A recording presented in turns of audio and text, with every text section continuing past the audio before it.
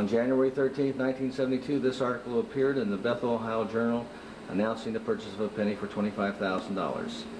This small article captured the nation's attention and unleashed a torrent of responses as depicted by the articles and memorabilia of this exhibit.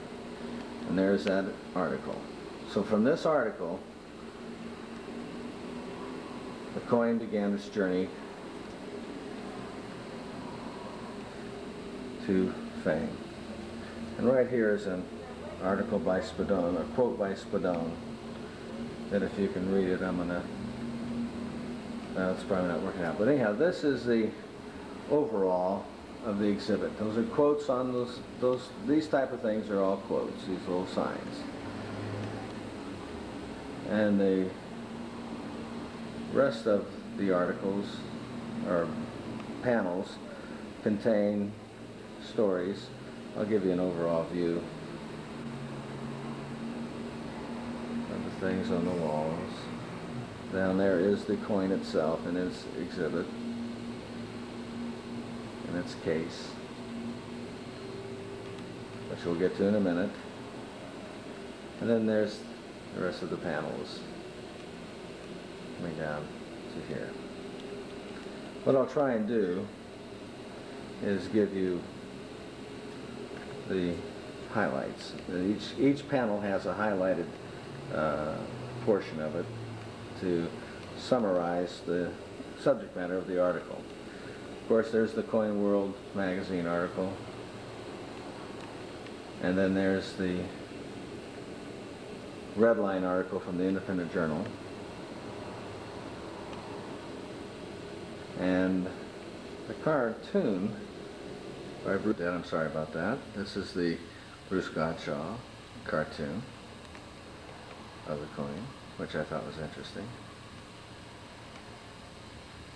And then articles about the Lucky Barber, how he's not talking, which is part of the agreement, and so forth. Responds. And from this you can see this panel is dedicated to all the various articles, or letters rather, that I received. One woman even proposed marriage. Next we have where I responded. And this covers another Coin World article. Mr. F. Lee Stegmeyer, Moy School, myself, Coins Magazine,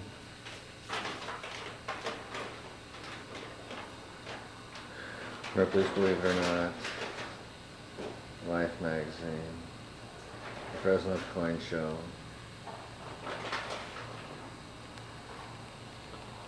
Numismatic News, etc. Media responds again. And this was Coin Magazine,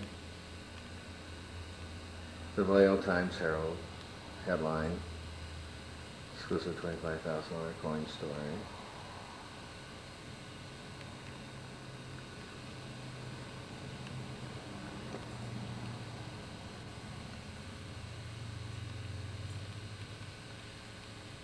Numismatic News, worth an inch from the Fresno Bee. Some more articles from Mr. Stegmeyer. And then Bruce doing another cartoon. And then there's Bad News for Bad Pennies. And then another news article.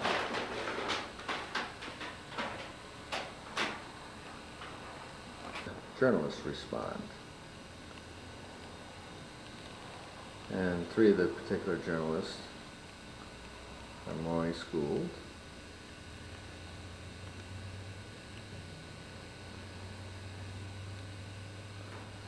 Ed Ryder,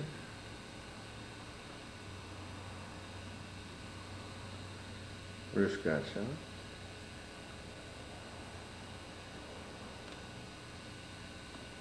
Bonds. This artist I commissioned to do a painting of the coin. A painting in its display by Mr. Leonard K. Jennings. And that is the original painting. And there's another quote that's kind of interesting.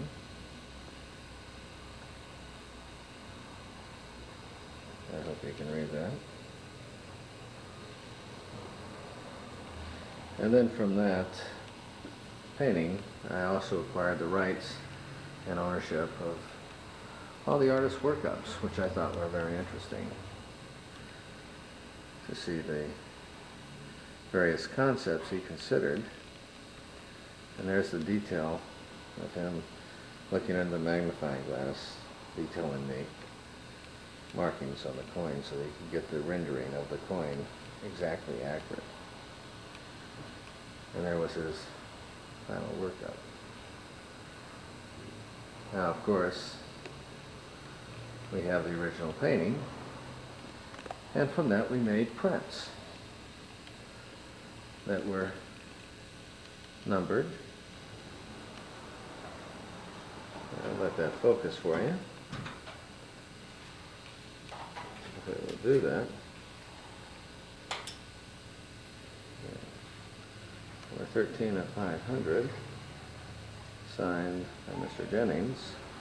Of course, this one's signed by myself as well, because this is what we call the Inler edition, which this was the first time that the concept of numismatic subjects in a lithograph form with the accent of the philatelic application at the top. On the first day of issue, or the first day the coin was shown to the public, 10 of these prints were more or less smuggled into the post office on a Saturday afternoon, and Paul Inler arranged for the friend of his who worked at the post office to cancel the stamps on top of this print. And so this is the first time that's been done. I picked out some stamps. I canceled them differently than Paul wanted me to, because he did like a professional philatelic. I did some of these the way I thought they'd look good on the print. So anyhow, that's the Inler edition that you've heard of. Responding. And I'll just follow along here for you to read this.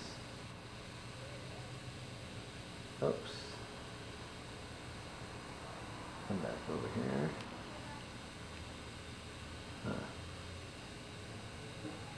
Sorry about that. Okay. I guess the reflection is what it's focusing on.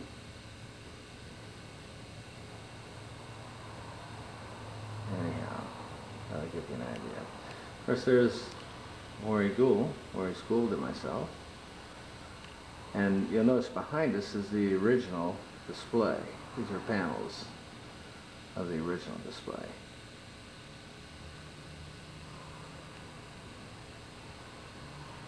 Of course, they were made out of 3/4 inch marine plywood and very heavy. There's the concept of the 99 Company at the Disneyland show. And there, of course, is the Long Beach Coin and Stamp Show. If that'll focus for you.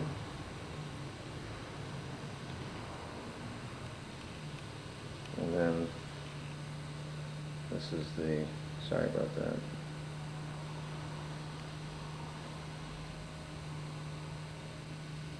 The article where the announcement where I answered questions, which was rather interesting.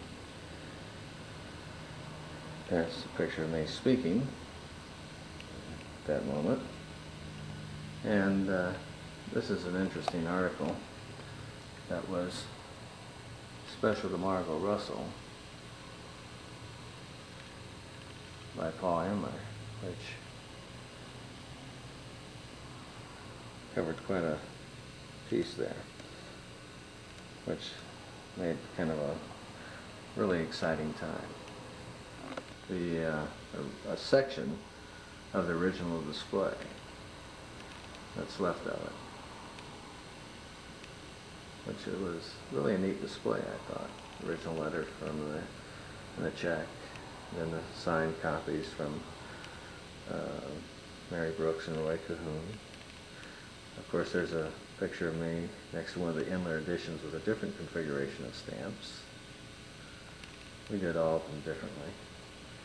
First you can see the cracked stuff. There's an original article from Numismatic News. Then an article Mary Brooks sent me, along with her autograph. That's kind of interesting. And then a certified letter from ANACS sending the coin back. And then there was a big controversy about the errorama, whether or not I sent the coin out, which I had, and the post office lost it. And this is the copy of the wrapping of that coin box, or the package that held the coin, and the ticket. I guess that's all kind of beat up. That gives you an idea of the neatness of that. This with controversy.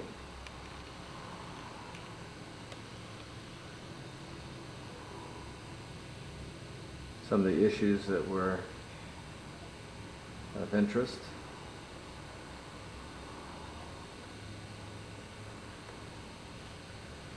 And of course the ANACS and I had a little problem because I think they felt that I outsmarted them on an issue. This is the subsequent agreement that I entered into with Mr. Mason after the coin could not be authenticated. And of course there's the holders of the famous holders signed by Mary Brooks, Director of the Mint, and of course Roy Calhoun, Assistant Director of the Mint, and an autographed picture Mary sent me signed by her and Roy, on the condition I sent back the other article. And of course there's Mr. Mason and I are renewing, discussing the current status of the coin with Mr. Joe Foyt, and me offering to buy a mate to my coin, looking for the mate to help prove its authenticity. Another interesting part of the exhibit is just the history of coins. You can see by the size of my hand how big, or rather how big those coins are. It's a brief history. Enlarged replicas of U.S. cents from 1856 to present. And then some more quotes.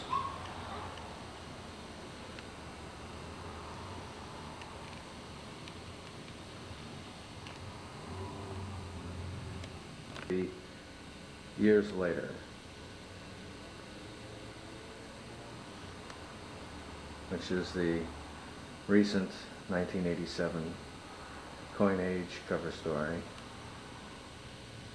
or cover, not cover story, but a cover flag, and a pretty impressive article. And the mystery sense, intrigue, could probably be summed up by Mr. Paul Inler's quote in that article. That was from the letter I showed you earlier. Hopefully you can read that.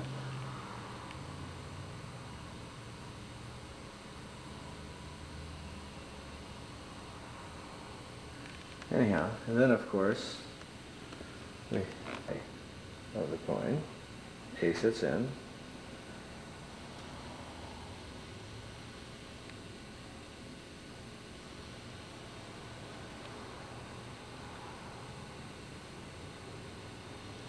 And here's the coin itself, which should focus in a second.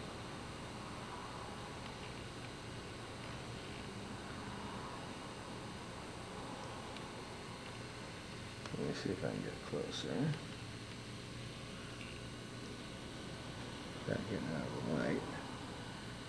I guess that won't focus here. Well, this again, playing with reflections. I'm sorry about that.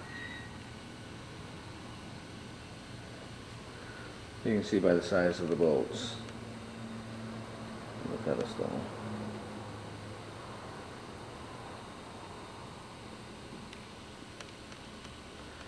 Anyhow, this is the display panels, which I think is pretty comprehensive, up to date, yet to come. This is an interesting piece here. I don't know if you can read that. Hopefully I'm going slowly enough where you can.